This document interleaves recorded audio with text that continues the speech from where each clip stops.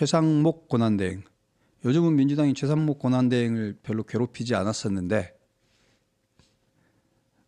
조만간 또 최상목 권한대행 탄핵한다고 나올 것 같은데요. 지난주 금요일 날 특검법 이야기를 제가 말씀드렸습니다.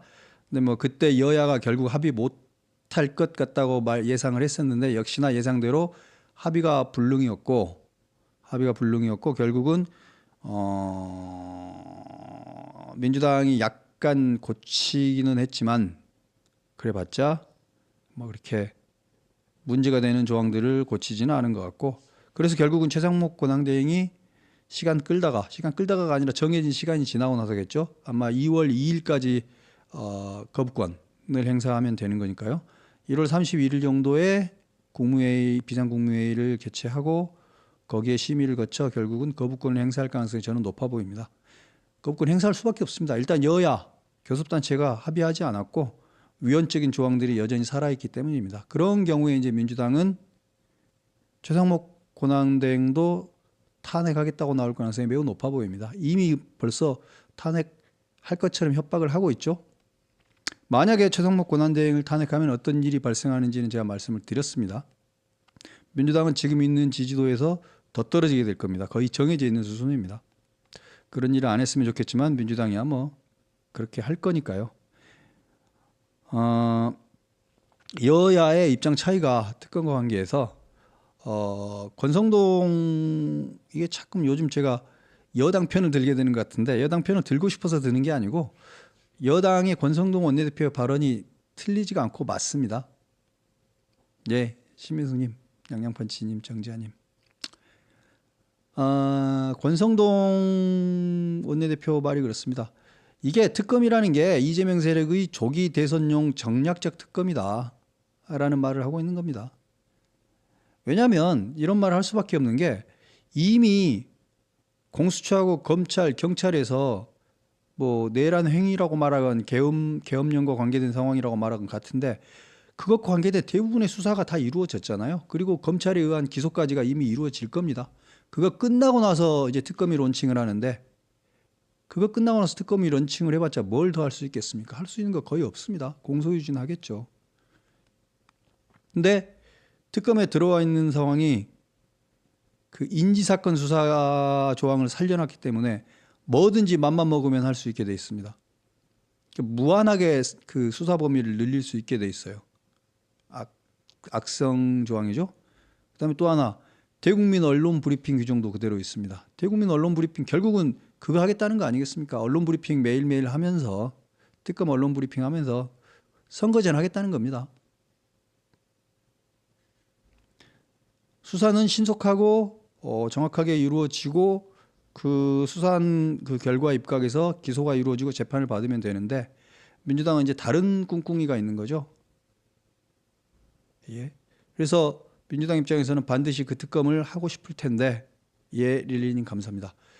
그 의도대로 여당이 일단 응해주지 않았습니다. 그래서 민주당이 단독으로 통과시켰고 이제 최상목 권한대행은 저걸 제가 보기에는 결국은 거부권 행사라고 그러죠. 예. 거부권을 행사하게 될 가능성이 매우 높아 보이고 거부권을 행사했을 때 2월 2일 날 거부권을 행사했을 때 과연 민주당이 최상목 권한대행을 탄핵할 것인가 기대가 됩니다. 저는 탄핵을 못할 것이다. 정상적이라면 제정신이라면 탄핵을 못한다. 탄핵해서는 안 된다라고 예상을 하고 싶은데 지금의 민주당은 충분히 탄핵할 것 같습니다. 외길 수순인 것 같습니다.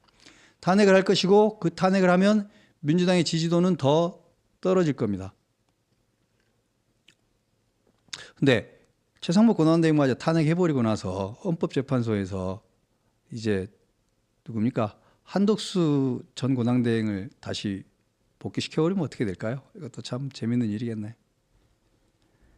요지경입니다.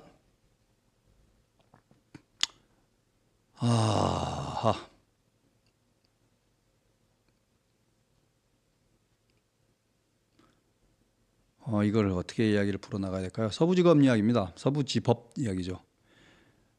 그 전후 경위와 어쨌든 간에 사실 여러 가지 일들이 꼬여서 여기까지 온 것 같은데요. 그 국민들의 사법부에 대한 불신 이게 당연히 있었고, 그다음에 민주당의 과도한 밀어붙이기, 그리고 공수처의 다소 편파적인, 많이 편파적이죠. 많이 편파적이고 절차에 맞지 않는 수사 강행 이런 것들이 종합이 됐고, 서부지법으로 가지고 간 것도 잘못이라고 생각합니다. 원칙에 입각하지 않았죠. 공권력의 발동은 수긍과 동의를 받을 수 있는 공권력 발동이 타당하다고 제가 항상 말씀드리는데 그렇지 않았죠. 그리고 서부지법으로 가지고 간다 해도 서부지법에도 영장 전담 판사가 있거든요. 근데 굳이 그걸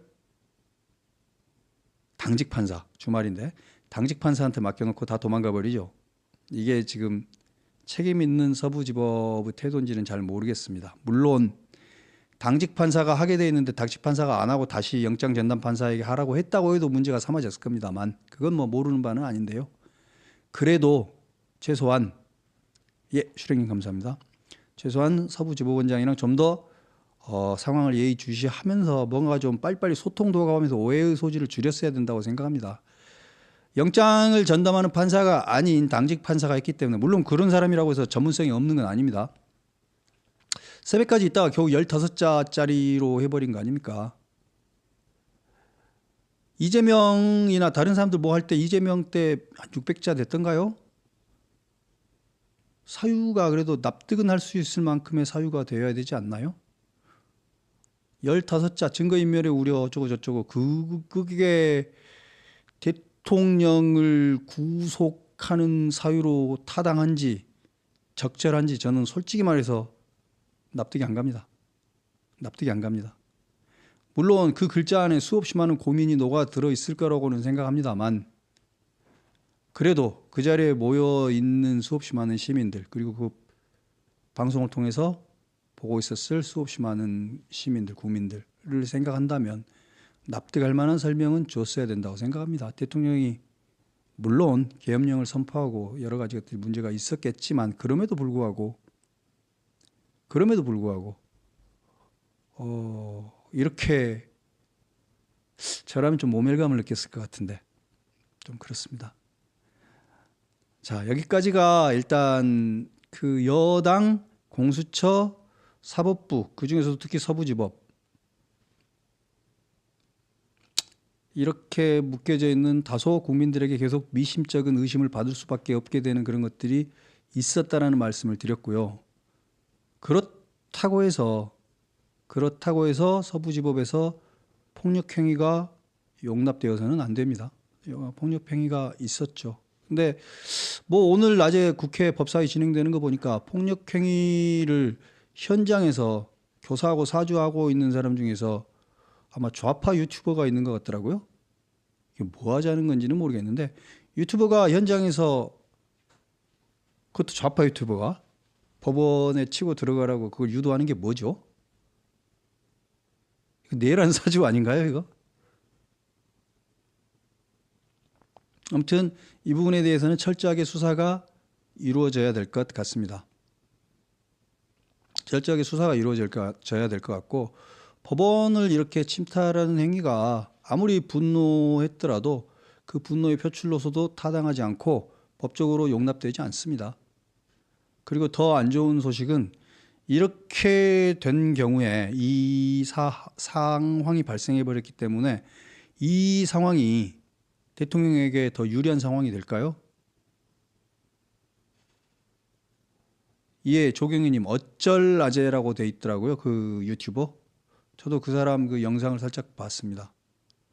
그래서 그 사람은 자신의 소신하고도 다른 것 같은데 그 사람은 이른바 좌파 유튜버니까 좌파 유튜버가 현장에 나와 있는 윤석열 대통령 지지층에게 법원에 치고 들어가라고 유도를 하고 있는 거죠. 이건 좀 심각한 거 아닌가요? 예, 이 부분에 대해서도 철저한 수사가 이루어지기를 바랍니다.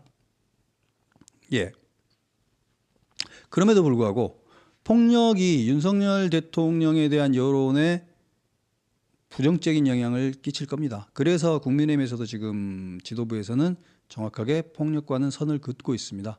지금 현재 윤석열 대통령의 지지율과 여당의 지지율이 거의 전무후무한 고점이죠. 전무후무한 고점을 찍고 있는데 물론 여기에 여러 가지 이유가 있다고 했습니다. 여러 가지 이유가 있어서 고점을 찍고 있는 건데 폭력적인 행동까지를 용납하지는 않을 겁니다. 중도층들이나 지금 여러 가지 이유 때문에 윤석열 대통령에 대한 지지나 여당에 대한 지지를 보내주고 있는 분들이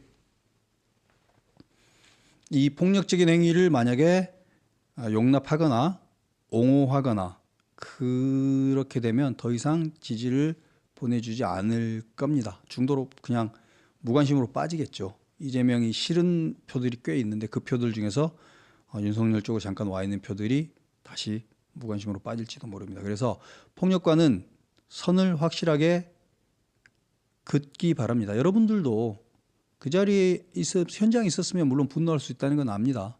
추운데 밖에서 그렇게 몇 시간 서서 기다렸는데 15자짜리 그런 무성의한 구속 결정이 내려졌을 때 얼마나 분노했을지는 충분히 압니다만 그럼에도 불구하고 폭력이 용납되는 건 아닙니다. 그래서 이 폭력이 이미 발생한 그 순간 여론에는 좋지 않은 영향, 국민의힘과 윤석열 대통령에 대한 여론을 말하는 겁니다. 안 좋은 영향을 미칠 수밖에 없다. 그리고 국민의힘이 지금 원칙적으로 선을 긋고 있기는 합니다만 앞으로도 향후 며칠간 어떻게 이 사항에 대응하느냐가 매우 중요한 관건이 될 것이다 라는 생각을 합니다. 윤석열 대통령이 탄핵 심판을 받고 재판을 받는 데 있어서 여론이 매우 중요한 변수가 된다고 말씀드렸습니다. 당당하고 공정한 재판을 받기 위해서라도 일정 정도의 지지율은 있어야 합니다. 그래서 윤석열 대통령을 좋아하시는 분들이라면 뭐 그렇지 않은 분들이라도 폭력과는 정확하게 선을 그어놓고 사안을 바라보셨으면 좋겠습니다. 폭력에 비판적인 게 정상입니다. 예. 그리고 이제 이재명과의 형평성 문제인데요. 이재명과의 형평성 문제 뭐 굳이 그 말까지 할 필요가 있겠습니까? 뭐 물론 형평성은 이재명은 600자, 윤석열은 15자 뭐 이렇게 할 수도 있겠습니다. 네, 상당히 그건 소극적인 변명일 뿐입니다. 그냥 그런 거고 이재명은 또 이재명의 죄를 받아야 하는 거니까요. 이재명은 이재명의 길대로 죄를 받게 만들면 되는 거고 저는 굳이 뭐 저 말이 그렇게 중요하진 않아 보입니다. 일단은 벌어진 폭력 사태에 대해서 철저하게 선을 긋고 후속 조치를 단행하라. 그리고 그 부분에서 잘못 두남두는 일은 안 했으면 좋겠다. 그리고 그 안에 아까 말한 뭐 빨간 아재인지 누군지는 모르겠는데 그 좌파 유튜버인 것 같은데 폭력을 선동고무한 그 사람에 대해서도 확실하게 잡아내고 처벌이 필요하다. 이런 정도의 말씀을 드립니다.